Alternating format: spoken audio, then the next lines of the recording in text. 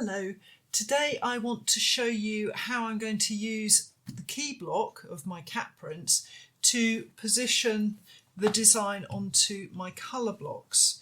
And I'm going to do that by taking a print from my key block and then while the ink is still wet, pressing that print down onto a blank block to create a colour block.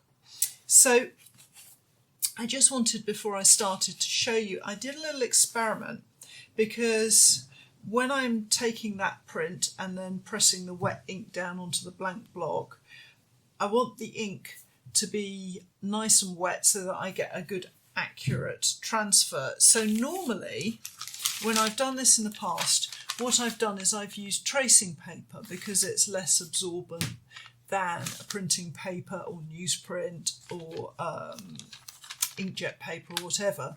So I would take my print onto tracing paper and then I would rub the back of the tracing paper and transfer the wet print down onto the ink, and that would be kind of all right. It would give me this result here in the centre, and there's not every single detail's there, but for a simple print like this, there's enough information to go on. However, I suddenly thought, well, how about if I were to use plastic, because plastic wouldn't absorb any of the printing ink, so it would all be there to transfer back down onto the lino block. So I tried using thin plastic mylar. Mylar's a trade name for a thin plastic. You could do it with old sheets of polydraw tracing if you wanted to reuse that. The polydraw plastic tracing film that I've mentioned in other videos, that would work too. So I used the process, and I'm going to show you it with this plastic film in a moment, and the result I got was actually very good. I've got plenty of detail there and it all worked very nicely, and I've left it on the plastic so you can see this, but actually it just washes off.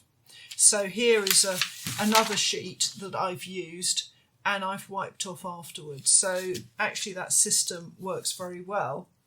This one here, which is not so good, I tried on a thicker sheet of plastic film just to see, because I had this in the studio and I don't use it for very much, so I thought, oh well, you know, I could use it for that. But actually it didn't take the ink very well and it didn't create a very good transfer either. So I can probably use this. I might scrub it off and try again, but it will probably do for the very simple block, the yellow block, where I just need a few outlines to go for. So don't go with anything that's too thick. Okay. The other thing is the ink. So to do this, I am using a water-based ink. When I'm printing this picture, I'm going to print with oil-based ink. And because I'm using oil-based ink, it won't affect the water-based ink, and nor will the water-based ink transfer onto the print during the printing. If you do this process using water-based ink to transfer the design and you want to print in water-based ink, then you must clean your transfer off the block completely before you start printing, or the water-based ink, even if it seems dry and unlikely to transfer, it's going to mix into that printing ink and make your print look dirty.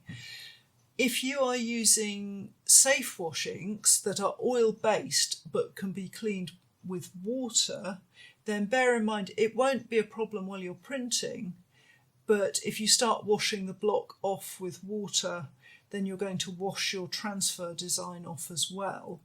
Now, with these prints, that doesn't matter, because when I have finished cutting, I don't need the transfer on the block.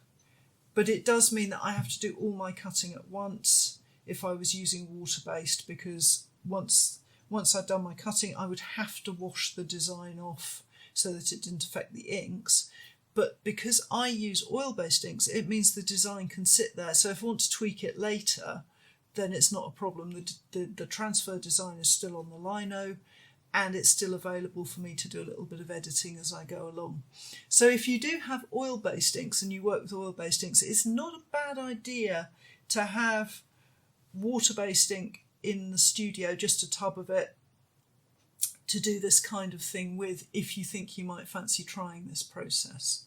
So at the moment what I've got here is some water-based ink rolled out, ready to go, and I'm going to do this using the registration device that we sell, this device here, this little frame. Again, if you're interested in how it works and you've not seen it before, there's a video, there are several videos actually about it, demonstrating how it works if you look at the Lino with Laura series, and there are a couple of other videos just exclusively showing how this works as well. So I'm now going to be using my picture of Doris on her own, and the line block here, you can see the cutting where I've actually edited the line block. I've taken out some of the unnecessary detail. If you watched my previous video, you'll have seen me checking what I needed and what I didn't need. So this is now ready to do my transfer with. The other thing I should say is here's one of my blank blocks ready to take that design, and you see how I've marked which way up it goes. That's because these heights are different, and that's nothing to do with planning, that's everything to do with me not quite getting it straight, and I need to know which orientation that block has to sit in to be in the right place. So I've marked myself a little arrow there so I know that it's that way to fit alongside the line block. So what I'm going to do is I'm going to ink up my block first of all, get it ready. So I want a decent layer of ink, but I don't want it too thick because I don't want to lose detail. The temptation is to think that you need to do a real sort of belt and braces job and get a nice thick layer of ink over the block so that you get a good transfer. But of course, the thicker the ink, the more likely you are to lose detail. So I'm just going to try and get a nice balance between a decent layer and too much.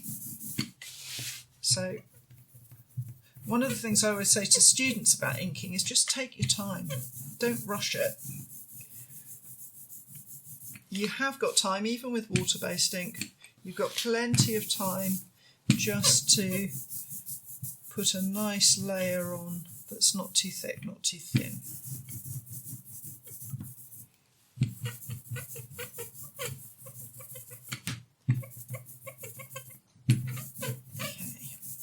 So I think that I'm all right there. The other advantage of using plastic is that, of course, you're not going to lose any of that ink into the print itself, so you can again get away with less ink.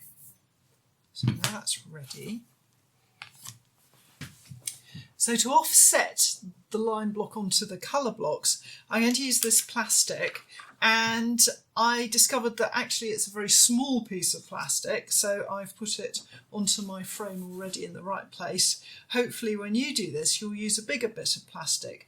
The other thing that I should say is that earlier on in this film I spoke about maybe you could use polydraw tracing film as a substitute for the Mylar plastic.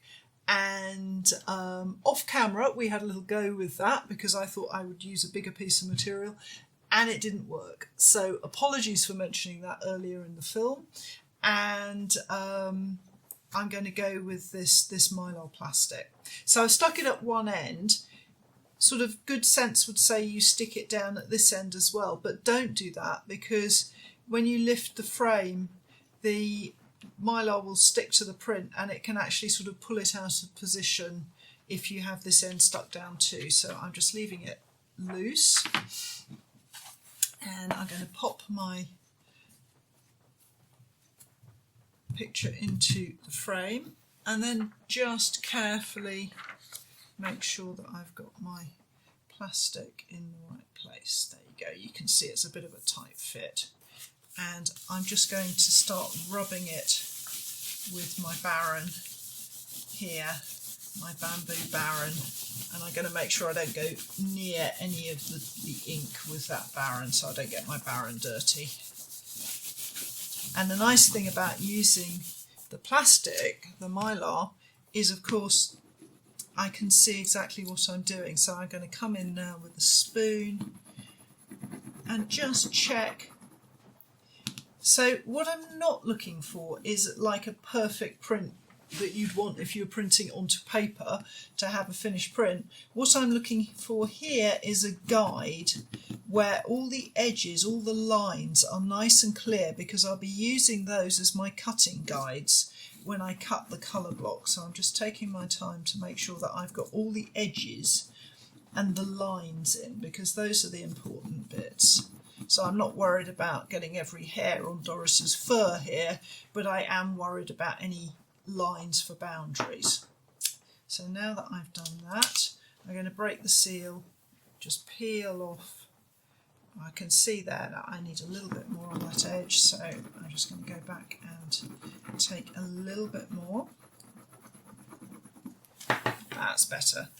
And now I can lift it up without affecting the position of the plastic, and take my block out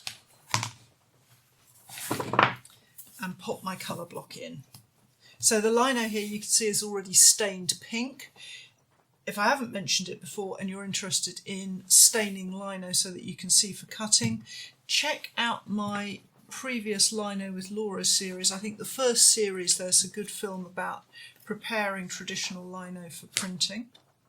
And now I can lay down my wet print and start taking an impression. I might go back to my barren to start this off. And do be careful not to move the plastic. Just be a little bit cautious about rubbing, because of course with plastic it's a much slippier sort of surface than paper. So if you're too keen, you can actually shift the plastic quite easily, so just be careful. And again, take your time and make sure you get all the detail in that you need to take the print.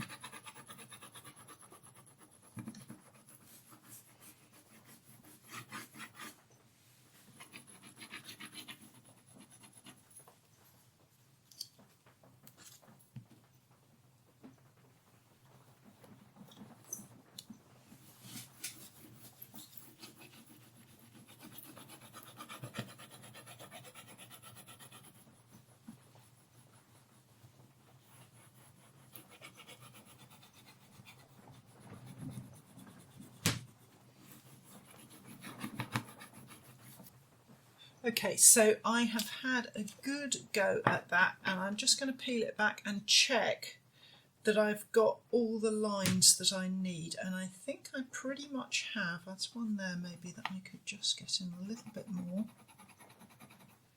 There we go. And then I can peel back my plastic, and there is the print underneath. So let's just get that out so I can show you a bit better.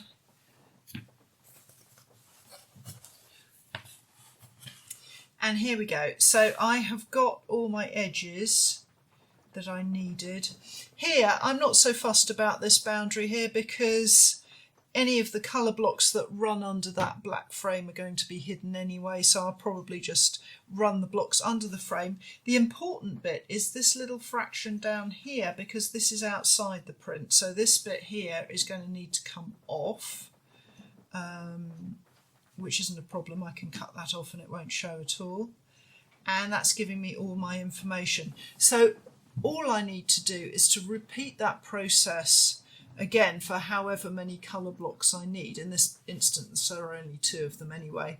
But what I would say is it's probably worth taking the time to wipe off that plastic in between each time you do this, because if you ink up the block and take another rubbing onto this plastic that's already got a print on it, it's going to get clumsy really fast, and then you're going to lose the accuracy of your lines and edges and your cutting won't line up quite as well. So it's worth just wiping it off with a damp cloth in between.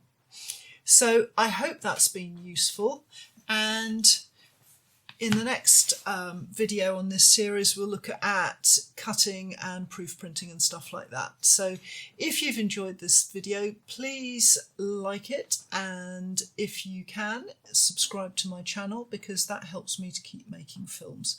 Thank you very much, and I hope I'll see you again.